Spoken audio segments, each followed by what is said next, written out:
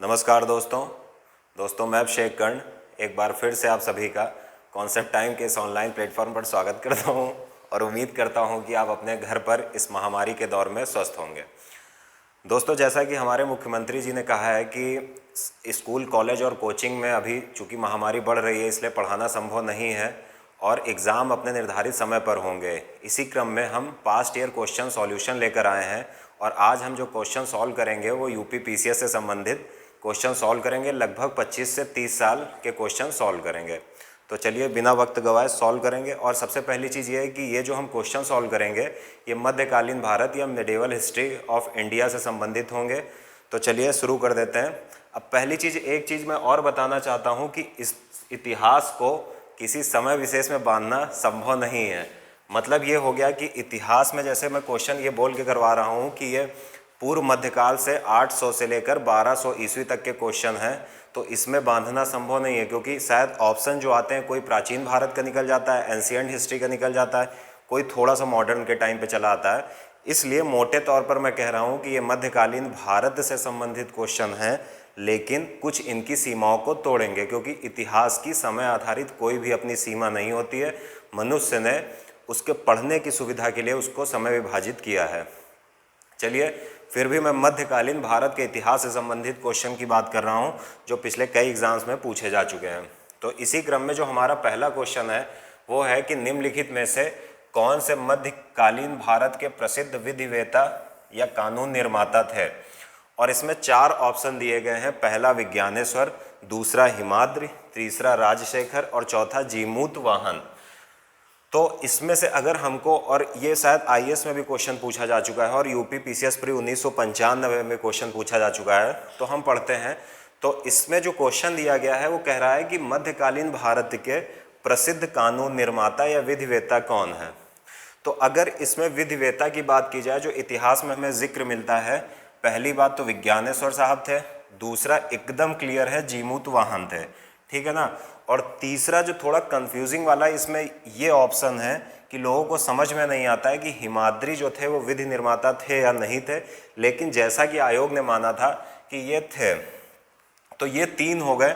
और राजशेखर जिनका जिक्र आ रहा है ये नहीं थे। क्यों नहीं थे? क्योंकि राजशेखर गुर्जर प्रतिहार वंश के प्रसिद्ध संस्कृति के कवि थे। तो पहला तो ये हो गया कि तीसरा जिसमें भी ऑप्शन हो उसको एलिमिनेट कर दीजिए आप। इसका मतलब है कि ये नहीं हो सकता है। क्यों नहीं हो सकता है? क्योंकि राजशेखर नहीं थे। ये भी नहीं हो सकता है। क्यों नहीं हो सकता? क्योंकि थर्ड है। और ये भी नहीं हो सकता है। तो बचा कौन सा? Option number C. अब इनके बारे में थोड़ी सी जानकारी हम ले लेते हैं। अगर हम बात करें विज्ञानेश्वर की, तो विज्ञानेश्वर ने एक मिताक्षरा नामक टीका लिखी थी। और मिताक्षरा क्या है? मिताक्षरा में कहा गया कि पुत्र के जन्म के साथ ही पिता की संपत्ति में उसका अधिकार होगा और पुत्र अगर चाहे तो पिता के जीते जी उसकी संपत्ति में अपना हिस्सा ले सकता है। तो ये किसने कहा था? विज्ञानेश्वर ने मिताक्षरा में। और अगर हम जीमूत वाहन की बात करें तो इन्होंने दाय भाग नामक ग्रंथ लिखा था। उसका नाम क्या था? दाय भाग। और दाय भाग में इन्होंने क्या लिखा था? इन्होंने कहा था कि पिता की संपत्ति में पुत्र का अधिकार पिता के जीवित रहते नहीं रहता है, बल्कि पिता की मृत्यु के पश्चात ही हो सकता है। और यही क्या कहा गया? यही दाय भाग कहा गया। और ये दोनों, चाहे वो विज्ञानेश्वर द्वारा लिखित मिताक्षरा हो या फिर जीमूत वाहन द्वारा लिखी गई दाय भाग हो, ये दोनों हिंदू उत्तराधिकार के संदर्भ में महत्वपूर्ण भूमिका निभाते हैं। लेकिन जो मिताक्षरा है जो कहती है कि पुत्र के जन्म के साथ ही पिता की संपत्ति में उसका अधिकार है, ये संपूर्ण भारत में लागू होती है। पूरे भारत की बात करें तो उसमें लागू होती है बस बंगाल और असम को छोड़कर। यानी पूरे भारत में विज्ञानेश्वर द्वारा लिखित मिताक्षरा लागू होती है, जबकि पश्चिम बंगाल में, एक मिनट,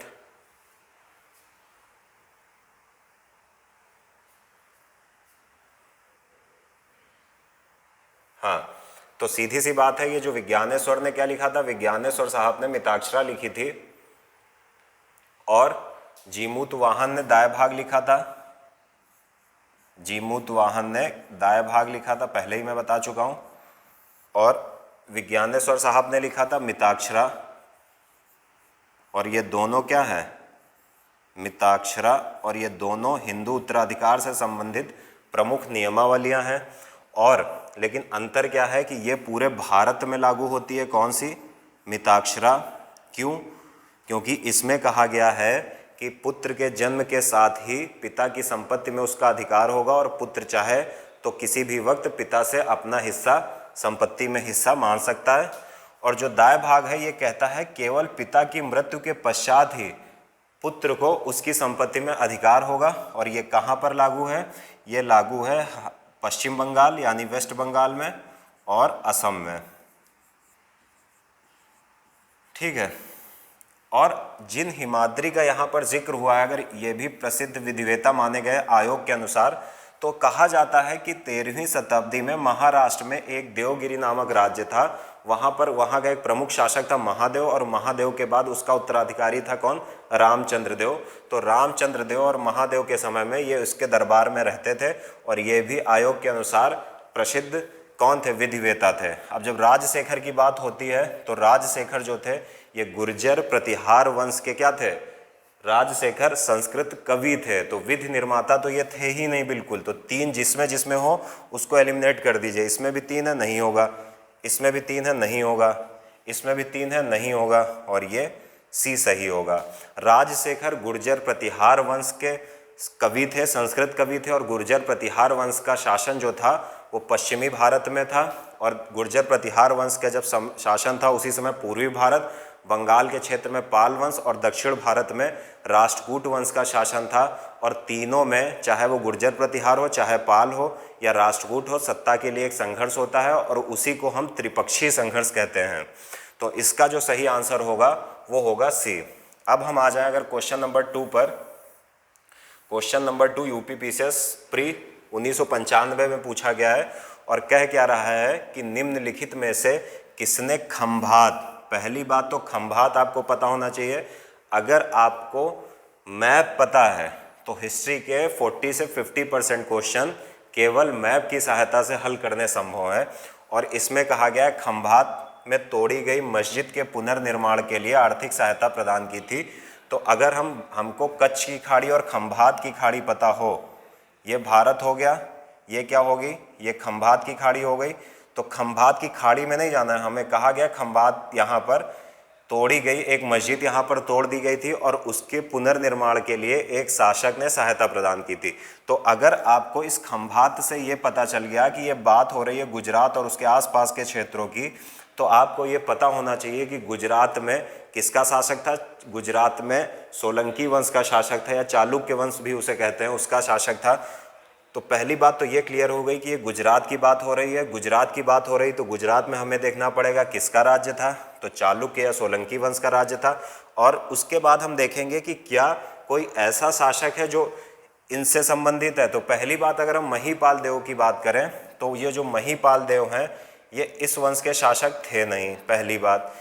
दूसरी बात, अगर हम चामुंड राय की बात करें तो चामुंड राय गंग वंश के एक प्रमुख शासक राज्यमल होते थे। गंग वंश दक्षिण भारत में था, उसके यहाँ पर गंग वंश था। गंग वंश अगर यहाँ पर था तो ये चामुंड राय थे, ये गंग वंश के शासक राज्यमल के दरबार में मंत्री थे। और इनका नाम क्यों प्रमुख है? क्योंकि इन्होंने, ये जैन धर्म के अनुयायी थे, और इन्होंने क्या किया था? इन्होंने महाराज गोमतेश्वर की एक प्रतिमा बनवाई थी। महाबलेश्वर जिन्हें कहते हैं, बहुत सारे नामों से जानते हैं। गोमतेश्वर कौन थे, वो प्रतिमा क्यों बनवाई थी?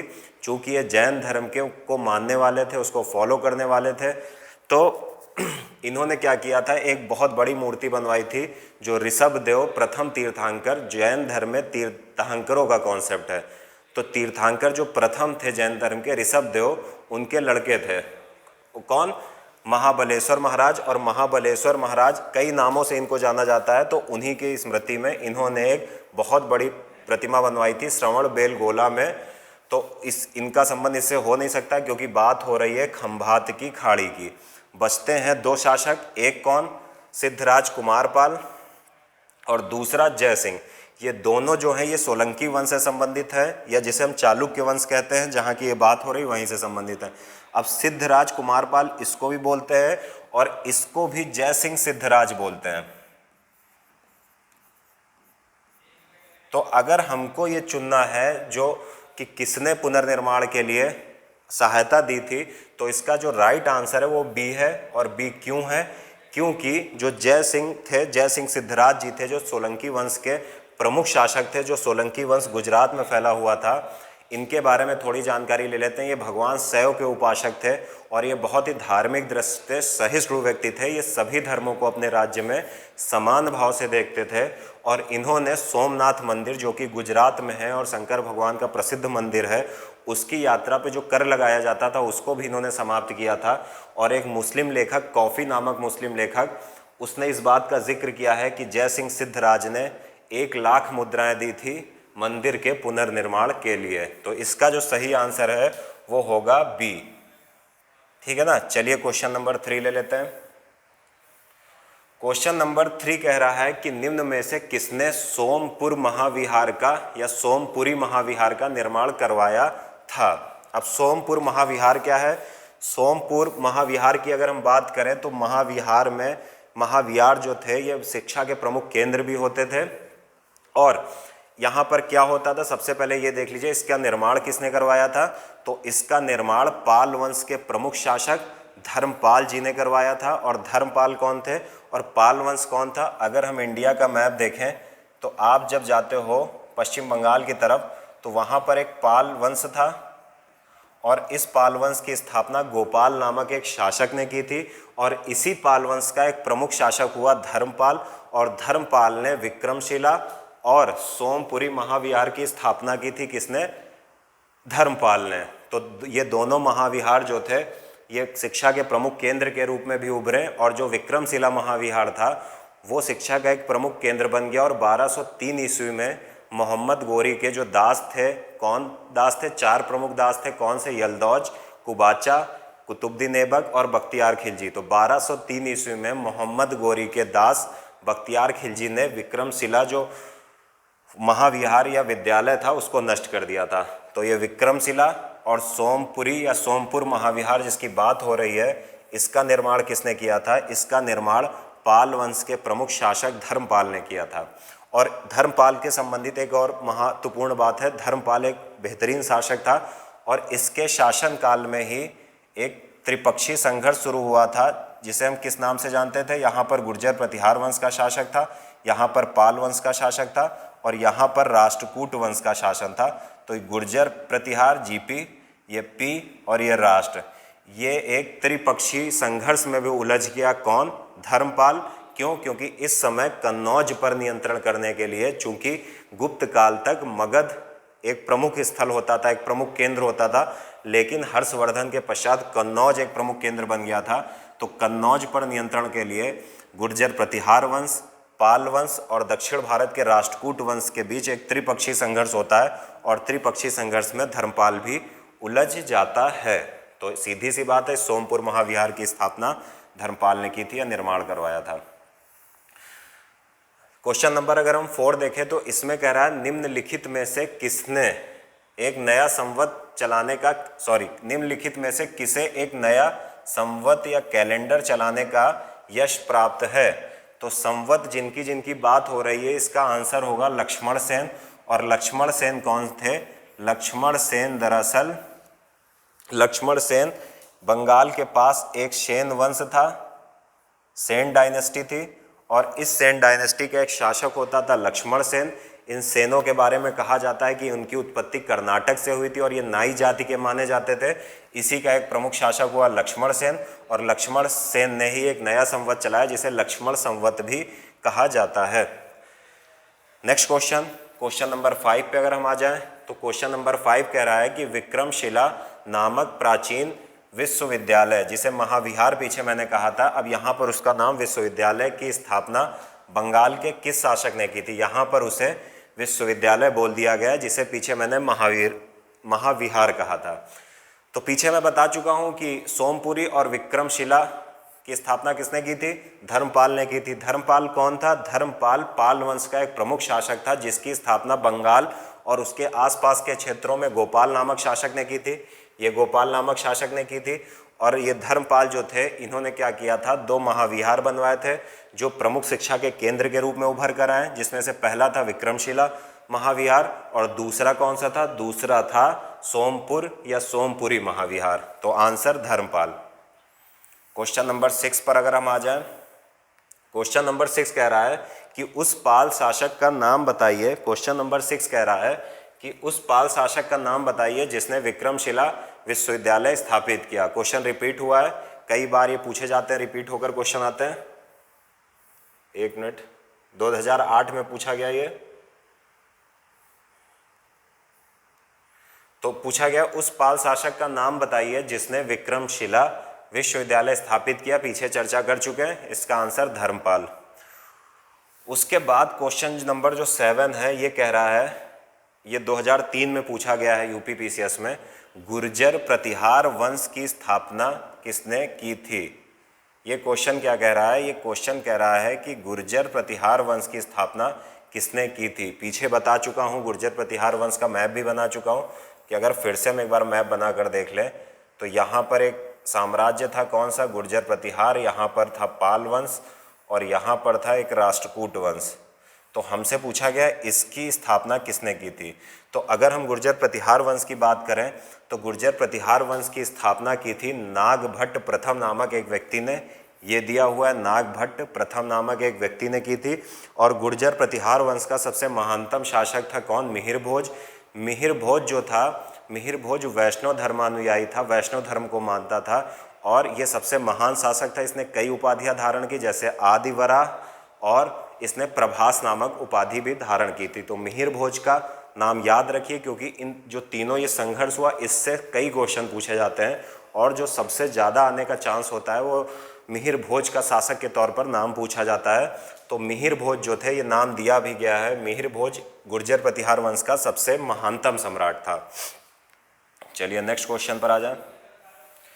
अगर हम नेक्स्ट क्वेश्चन की बात करें तो ये कह रहा है प्राचीन भारत के महान शिक्षा केंद्र विक्रमशिला महावीर की स्थापना की थी। पीछे 2 बार डिस्कस कर चुके हैं, धर्मपाल ने, पाल वंश के शासक धर्मपाल ने। नेक्स्ट क्वेश्चन 9th देख लीजिए, विक्रमशिला महाविहार की स्थापना किस वंश के शासक द्वारा करवाई गई थी।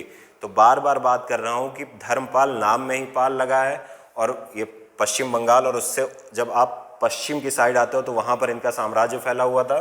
तो इसका सही आंसर पाल वंश। ये क्वेश्चन भी पीछे डिस्कस कर चुके हैं, 2005 में पूछा गया है कि लक्ष्मण संवत का प्रारंभ निम्नलिखित किस वंश द्वारा किया गया था। लक्ष्मण संवत, पीछे मैंने बात की कि लक्ष्मण सेन नामक एक शासक था जो किस वंश का था? सेन वंश का था और इसने एक लक्ष्मण संवत चलाया था। तो प्रतिहारों गलत, चौहानों गलत, सेनों द्वारा। किसके द्वारा ये किया गया था? सेनों के द्वारा, यानी ये होगा इसका आंसर डी। अगर हम 11वें क्वेश्चन पर आ जाएं तो ये कह रहा है गोविंद चंद्र गहड़वाल। क्वेश्चन नंबर 11 की बात कर रहे हैं। क्वेश्चन कह रहा है कि गोविंद चंद्र गहड़वाल की एक रानी कुमार देवी ने धर्मचक्र जिन विहार कहाँ बनवाया था। जहाँ धर्मचक्र की बात हो गई तो ये जो शब्द है धर्मचक्र नामक, ये बौद्ध धर्म से संबंधित एक शब्द है और हमको देखना पड़ेगा कि ये धर्मचक्र इन्होंने कहाँ बनवाया था। तो अगर हम धर्मचक्र जिन विहार, विहार वहाँ पर फिर वही आ रहा है, तो ये हमको देखना है इन्होंने कहाँ बनवाया था। तो इन्होंने ये रानी कुमार देवी जो कि गोविंद चंद्र गहड़वाल, कीवर्ड गहड़वाल को कर लीजिए। सीधी सी बात है, अगर गहड़वाल की बात हो रही है तो किस वंश की बात हो रही है? ये गहड़वाल वंश की बात हो रही है। और इन्होंने जो बनवाया था वो बनवाया था सारनाथ में। सारनाथ कहाँ पर है? सारनाथ बौद्ध धर्म से संबंधित एक प्रमुख स्थल है, उत्तर प्रदेश और बिहार के बीच में पड़ता है सारनाथ। अब यहाँ पर एक चीज़ समझिए, अगर गहड़वाल वंश की हम बात कर लें तो गहड़वाल वंश का एक प्रमुख शासक था गोविंद चंद्र और इसकी पत्नी थी कुमार देवी जो बौद्ध धर्म की अनुयायी थी। और इसी वंश का एक शासक हुआ था, या हम कहें अंतिम शासक हुआ था, जिसका नाम था जयचंद। जयचंद गहड़वाल वंश का एक शासक था जिसका साम्राज्य कहाँ पर फैला हुआ था? जिसका साम्राज्य की अगर हम बात करें तो इसने कन्नौज के आसपास के क्षेत्र में इसका साम्राज्य फैला हुआ था। और इस वंश का अंत कैसे हुआ या जयचंद को किसने पराजित किया? जब मोहम्मद गोरी भारत आया, उसने 1191 में तराइन के प्रथम युद्ध में पृथ्वीराज चौहान से वो पराजित हो गया। लेकिन 1192 में जब उसने पृथ्वीराज चौहान को पराजित कर लिया और दिल्ली पर नियंत्रण स्थापित कर लिया। क्यों? क्योंकि पृथ्वीराज चौहान का जो साम्राज्य था वो दिल्ली और अजमेर के आसपास था। तो उसने जब यहाँ पर नियंत्रण कर लिया तो 1194 ईस्वी में उसने चंदावर के युद्ध में जयचंद को पराजित किया और उसकी हत्या कर दी। तो जयचंद जो था वो गहड़वाल वंश का अंतिम शासक था। नेक्स्ट क्वेश्चन आ रहा है, जेजाग भुक्ति प्राचीन नाम किसका था? तो जेजाग भुक्ति जो प्राचीन नाम था वो किसका था? वो बुंदेलखंड का था। अब ये जेजाग भुक्ति बुंदेलखंड का नाम क्यों पड़ा? क्यों? क्योंकि इस समय आप अगर देखोगे तो मध्य प्रदेश और बुंदेलखंड है वो यूपी और एमपी की सीमा पर अवस्थित है। वैसे ही जेजाग भुक्ति की अगर हम बात कर दें तो जेजाग भुक्ति बुंदेलखंड का प्राचीन नाम था और यहाँ पर एक वंश होता था जिसका नाम था चंदेल वंश। क्या नाम था? चंदेल वंश। और चंदेल वंश का जो संस्थापक था उसका नाम था नन्हुक। नन्हुक नामक एक व्यक्ति ने चंदेल वंश की स्थापना की थी। नन्हुक नामक एक व्यक्ति ने चंदेल, नन्हुक या नन्हुक दो नाम मिलते हैं, वो एक ही नाम है, थोड़ा सा बस लिखने में अंतर है। नन्हुक नामक व्यक्ति ने चंदेल वंश की स्थापना की थी और इसी नन्हुक का एक बेटा होता था जेजा। जेजा के नाम पर ही बुंदेलखंड का नाम जेजाग भुक्ति पड़ गया। और इसी चंदेल वंश के शासनकाल में मध्यकाल में खजुराहो के प्रसिद्ध मंदिरों का भी निर्माण हुआ था। क्वेश्चन नंबर 13 पे अगर हम आ जाए तो क्वेश्चन नंबर 13 कह रहा है कि महान जैन विद्वान हेमचंद्र जैन विद्वान थे, किसकी सभा को अलंकृत करते थे? फिर से पढ़िए।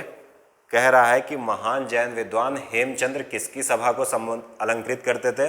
पहली बात, जो हेमचंद्र थे वो सोलंकी वंश से संबंधित थे या चालुक्य वंश से संबंधित थे। और ये सोलंकी वंश या चालुक्य वंश गुजरात में फैला हुआ था।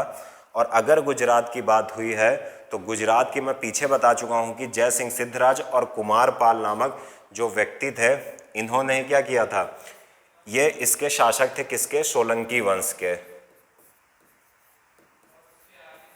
सोलंकी वंश के शासक थे कौन? जय सिंह सिद्धराज और फिर आगे उनका उत्तराधिकारी कुमारपाल। तो जय सिंह सिद्धराज के समय में, इनके समय में, जय सिंह सिद्धराज के समय में हेमचंद्र को प्रमुखता मिली थी। मतलब इनका राजमहल में इनका काफ़ी नाम हो गया। किसके समय में?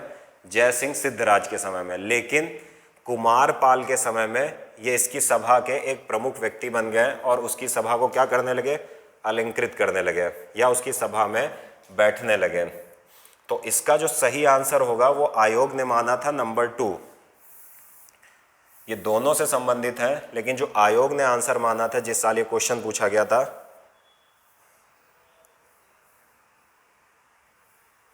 एक मिनट,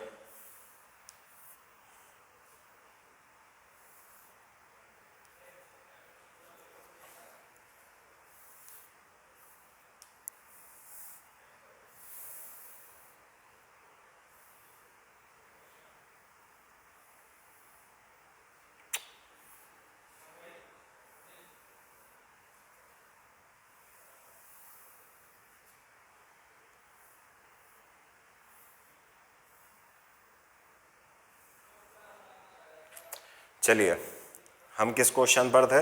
हम क्वेश्चन नंबर, एक मिनट,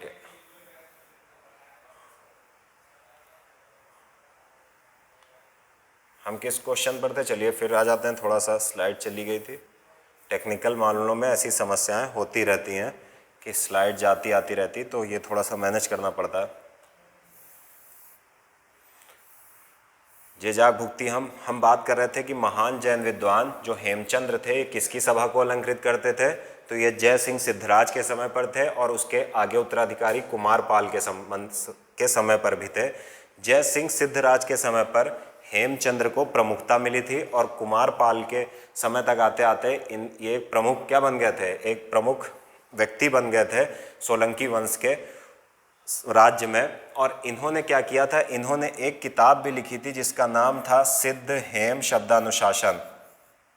सिद्ध हेम शब्दानुशासन नामक इनकी एक प्रसिद्ध रचना भी है जो पूछी जा सकती है, शासन।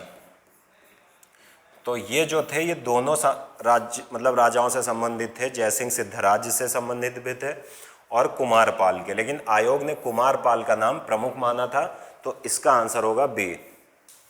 क्वेश्चन ये पीछे भी हम डिस्कस कर चुके हैं, पूछा भी गया है कि महानतम प्रतिहार राजा था या गुर्जर प्रतिहार वंश का सबसे महानतम सम्राट कौन था।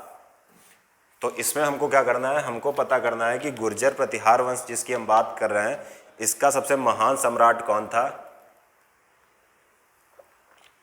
तो अगर हम बात करें गुर्जर प्रतिहार वंश की, तो गुर्जर प्रतिहार वंश का हमने पीछे कई बार मैप बनाया है। गुर्जर प्रतिहार वंश का जो संस्थापक था वो नागभट्ट प्रथम नामक व्यक्ति था और इस वंश का सबसे महत्वपूर्ण शासक मिहिर भोज था।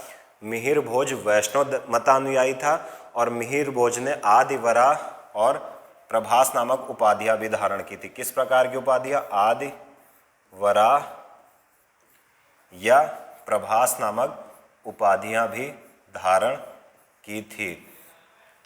नेक्स्ट क्वेश्चन लेते हैं। क्वेश्चन नंबर 15 कह रहा है निम्नलिखित में से कौन शासक पृथ्वीराज चौहान के नाम से प्रसिद्ध है। काफ़ी बार इतिहास में जिक्र होता है पृथ्वीराज चौहान। तो पृथ्वीराज चौहान जिसकी क्वेश्चन में बात की गई वो पृथ्वीराज तृतीय के नाम से विख्यात है। क्यों विख्यात है? क्योंकि पृथ्वीराज तृतीय को राय पिथौरा भी कहते हैं और इनका जो साम्राज्य था वो दिल्ली और अजमेर तक फैला हुआ था। पृथ्वीराज तृतीय या राय पिथौरा जिन्हें हम कहते हैं, इन्होंने ही क्या किया था, तराइन के प्रथम युद्ध 1191 में मोहम्मद गोरी को पराजित किया था, लेकिन 1192 में मोहम्मद गोरी फिर से भारत आया और उसने तराइन की द्वितीय युद्ध में पृथ्वीराज चौहान या पृथ्वीराज तृतीय या राय पिथौरा को पराजित किया और उसके पश्चात दिल्ली पर नियंत्रण स्थापित कर लिया। ठीक है ना। और पृथ्वीराज चौहान के बारे में हमें जो जानकारी मिलती है वो इनके सबसे प्रसिद्ध जो मित्र थे, इनके सबसे खास मित्र थे, उनकी किताब मिलती है पृथ्वीराज रासो और मित्र का नाम था चंद्रवरदाई। तो चंद्रवरदाई द्वारा लिखित किताब जो एक थी पृथ्वीराज रासो, उससे हमें इनके बारे में जानकारी मिलती है। नेक्स्ट क्वेश्चन कह रहा है कि निम्न में से कौन सा एक सुमेलित नहीं है। अब्दुल रहमान हमीर रासो, यही गलत लग रहा है क्योंकि जो किताब का नाम आ रहा है हमीर रासो और अब्दुल रहमान, इसमें थोड़ा सा अंतर विरोध नज़र आ रहा है। तो अगर हम सही क्वेश्चन करें तो ये गलत है।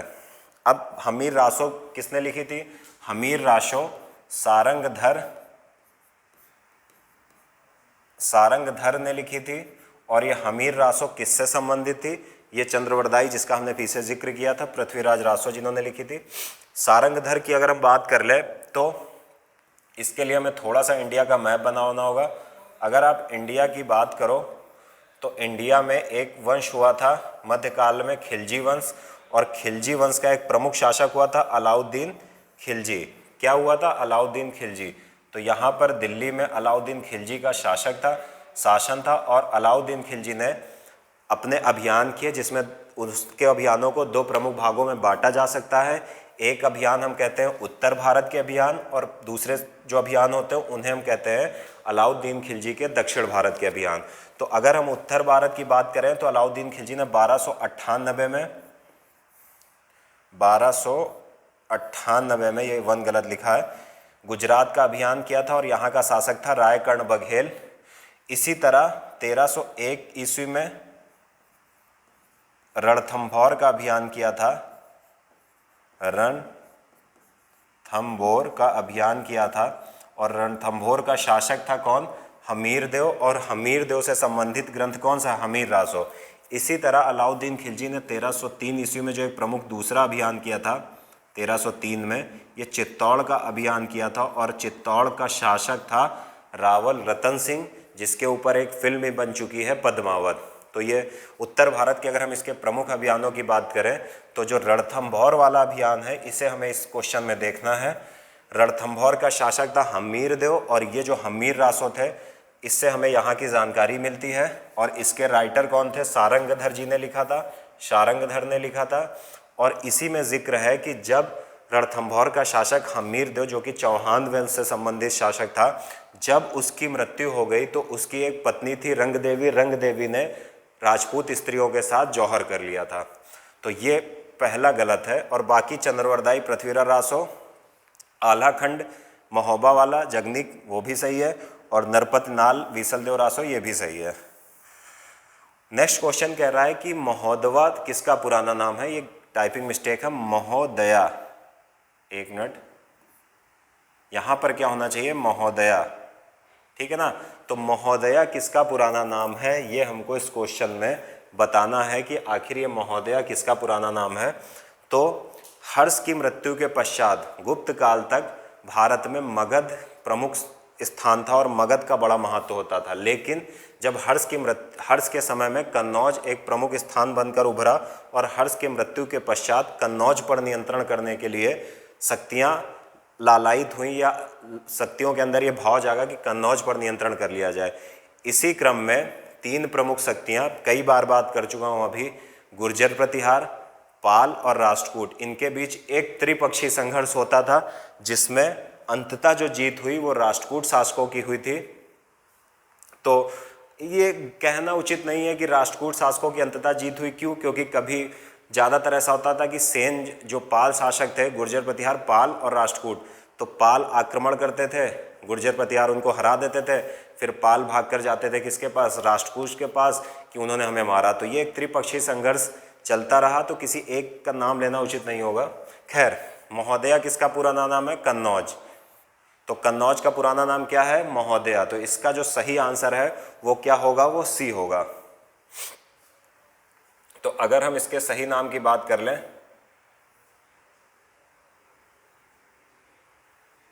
तो इसका जो सही होगा वो राइट आंसर है कन्नौज। कन्नौज को ही महोदय या महोदय श्री नाम से संबोधित करते हैं और गुप्त काल के बाद कन्नौज का अपना एक विशेष महत्व हो गया था, या हम कहें कन्नौज का अपना एक अलग स्वैग हो गया था। नेक्स्ट क्वेश्चन आता है, क्वेश्चन नंबर 18 कह रहा है विक्रमशिला विश्वविद्यालय इनमें से आज के किस राज्य में अवस्थित है। विक्रमशिला की अगर हम बात करें, पीछे हमने चर्चा भी की कि विक्रमशिला और सोमपुर नामक जो विहार या विश्वविद्यालय थे, इनकी स्थापना पाल वंश के शासक धर्मपाल ने की थी। पाल वंश का संस्थापक गोपाल था और इनका साम्राज्य फैला हुआ था कहाँ पर, इनका साम्राज्य बंगाल, और बंगाल से बाद में पूरब की तरफ विस्तारित भी हुआ। तो जो विक्रम विश्वविद्यालय की स्थापना की गई थी, पहली बात तो एमपी बिल्कुल हटा दीजिए, नहीं होगा। उड़ीसा झारखंड भी हटा दीजिए, नहीं होगा, कन्फ्यूज़न होता है उड़ीसा और बिहार में। तो उड़ीसा को भी हटा दीजिए क्योंकि इसका आंसर है सही, बिहार के भागलपुर जिले में विक्रमशिला विश्वविद्यालय था। लेकिन 1203 ईस्वी में मोहम्मद गोरी के दास, जिसको मोहम्मद गोरी ने पूर्व की तरफ विस्तार करने की जिम्मेदारी सौंपी थी, जिसका नाम था बख्तियार खिलजी, उसने 1203 ईस्वी में विक्रमशिला विश्वविद्यालय को ध्वस्त कर दिया था या नष्ट कर दिया था।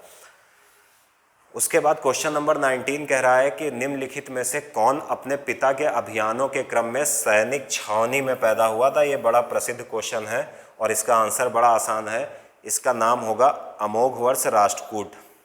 और ये किस वंश का शासक था, राष्ट्रकूट, जिसका पीछे मैंने मैप बनाया था कि गुर्जर प्रतिहार, पाल और राष्ट्रकूट का जो त्रिपक्षीय संघर्ष था उसमें एक राज्य दक्षिण में था जिसे हम राष्ट्रकूट कहते हैं। अमोघवर्ष के पिता का नाम था गोविंद तृतीय। गोविंद तृतीय उत्तर की तरफ अभियान कर कर जब लौट रहा था, तो जब ये वापस आ रहा था तो सैनिक छावनी में ही अमोघवर्ष का जन्म हुआ था। नेक्स्ट क्वेश्चन अगर हम कहें कि गौड़वहो के रचयिता थे, अब गौड़वहो एक किताब थी और इसके रचयिता की बात पूछी जा रही है, तो इसका सही आंसर है वाकपति। और वाकपति कौन थे, वाकपति कन्नौज में हर्ष के बाद एक शासक हुआ था जिसका नाम था यशोवर्मन। यशोवर्मन किस वंश से संबंधित था, इसकी बहुत ज़्यादा इसके साक्ष्य उपलब्ध नहीं है या इसकी हमें बहुत ज़्यादा जानकारी प्राप्त नहीं होती है। अगर हम यशोवर्मन की बात करें तो कुछ इतिहासकार यशोवर्मन को, जो उत्तर भारत में कन्नौज के आसपास एक राज्य होता था, मौखरी वंश का शासन था, उससे जोड़ते हैं, लेकिन इतिहासकारों की एक शाखा इसका विरोध करती है। तो इस बारे में एकदम प्रमाणित तौर पर नहीं कहा जा सकता है कि ये यशोवर्मन जो शासक था ये किस वंश से संबंधित था। इसी यशोवर्मन के दरबार में एक व्यक्ति रहता था जिसका नाम था वाकपति, और वाकपति की रचनाओं से ही हमें यशोवर्मन के बारे में जानकारी मिलती है। तो इसका जो सही आंसर है वो वाकपति है। नेक्स्ट क्वेश्चन नंबर 21 है, जो यूपी पीसीएस 2015 में पूछा गया है कि पुंड्रवर्धन भुक्ति, भुक्ति का मतलब होता है प्रांत, अवस्थित है, ये टाइपिंग मिस्टेक है, अगर हम बात करें पुंड्रवर्धन भुक्ति की तो पूछा गया है कि पुंड्रवर्धन भुक्ति कहाँ पर अवस्थित है।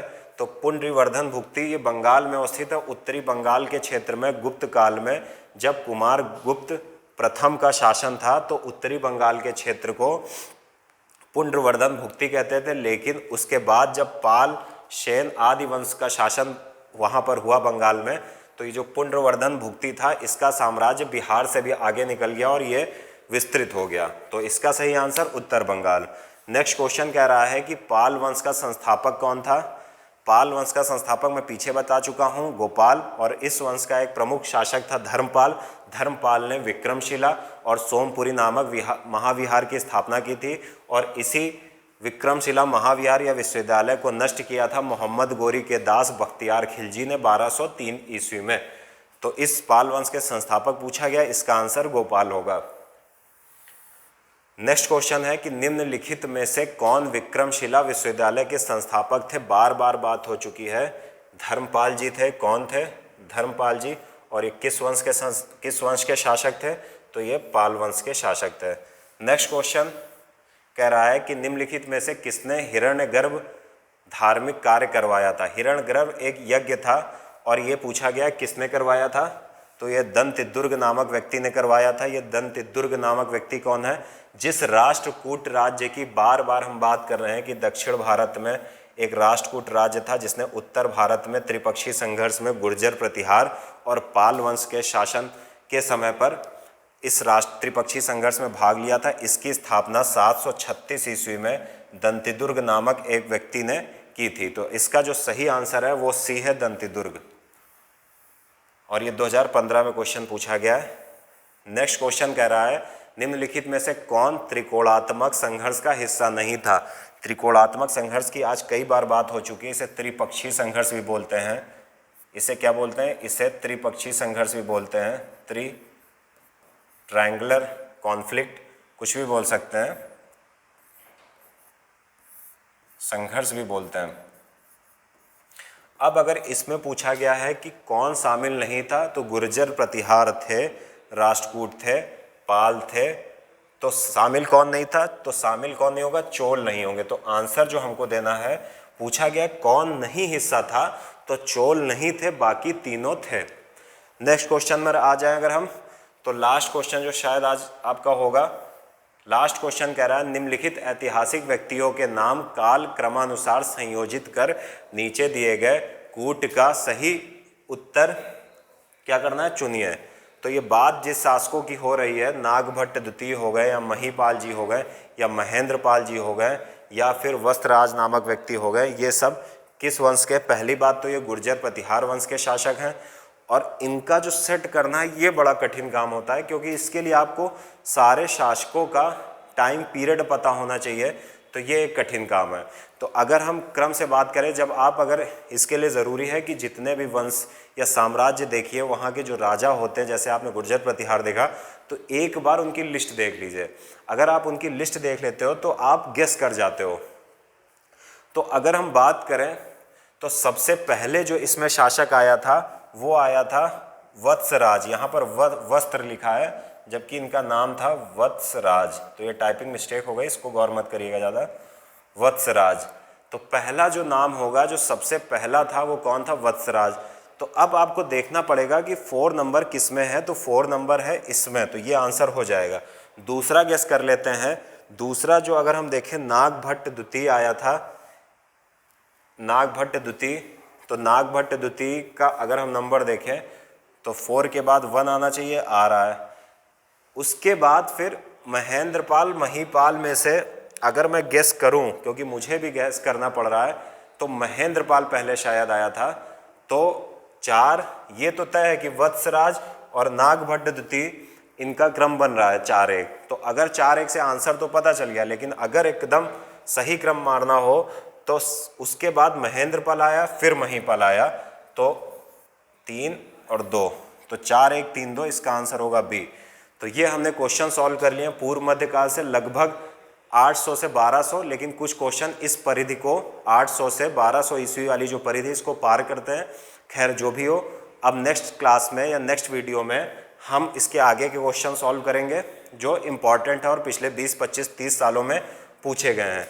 तो उम्मीद है कि ये वीडियो आपको पसंद आई होगी। अगर आपको वीडियो पसंद आई हो तो वीडियो को लाइक करिए, चैनल को सब्सक्राइब करिए और अधिक से अधिक शेयर करिए। Thank you. नमस्कार।